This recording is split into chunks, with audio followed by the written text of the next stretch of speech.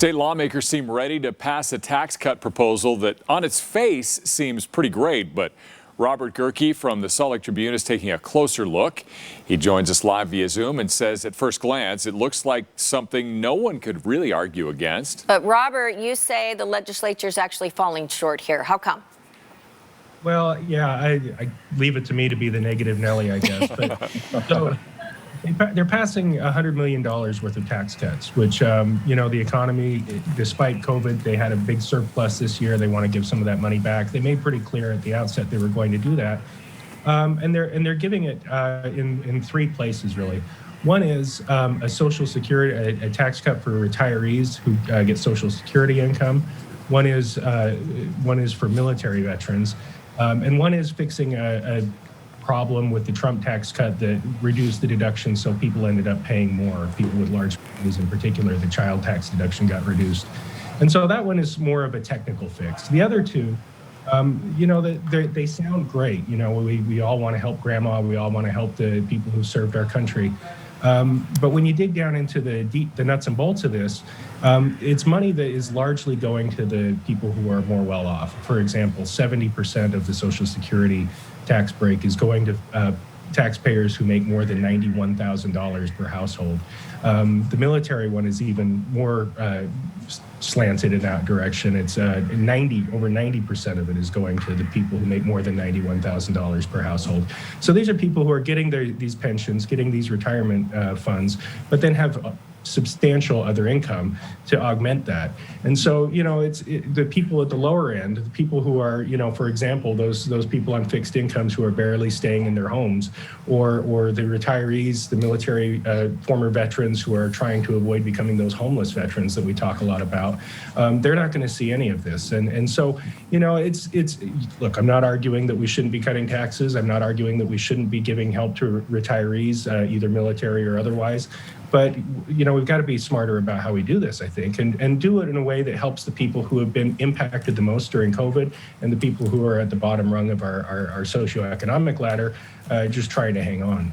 Well, if this isn't about helping those who need it the most, what do you think this is really about? Just the optics?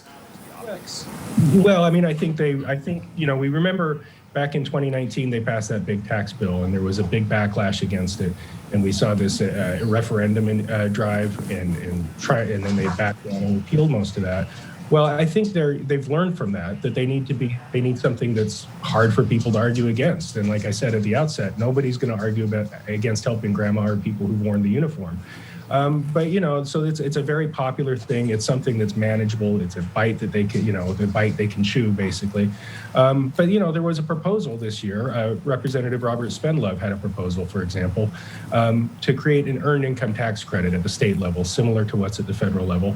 And that would be a refundable credit to people, to working families, working poor and middle income people who have a real need for this. And so I think that would have been a better place to put, it's $50 million for that. They're talking $100 million in this total tax package.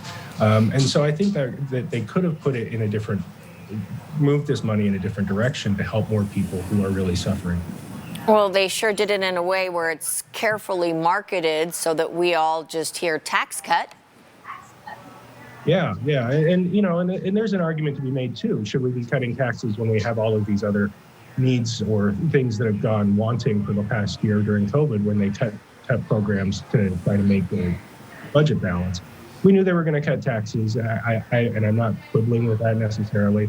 It's more a question of, is this the best place to put this money? Is this where we really want this money to go? Because you're giving money, frankly, to retirees, people who have their kids out of the house, who have significant income, making about twice as much as the average Utah makes, while those at the lower end are not. For people who are going to see a tax break out of this, when does it go into effect? Well, they still need to pass these bills. It'll probably take effect next year. I think one of them has a retroactive date to fix on the Trump tax glitch. So. If you fall into one of these categories, you can anticipate seeing that in the coming year. All right. You can read more about Robert Gehrke's article, his column. It's on the Salt Lake Tribune on the website as well. Robert, thanks for talking with us this morning. Great. Thank you, guys.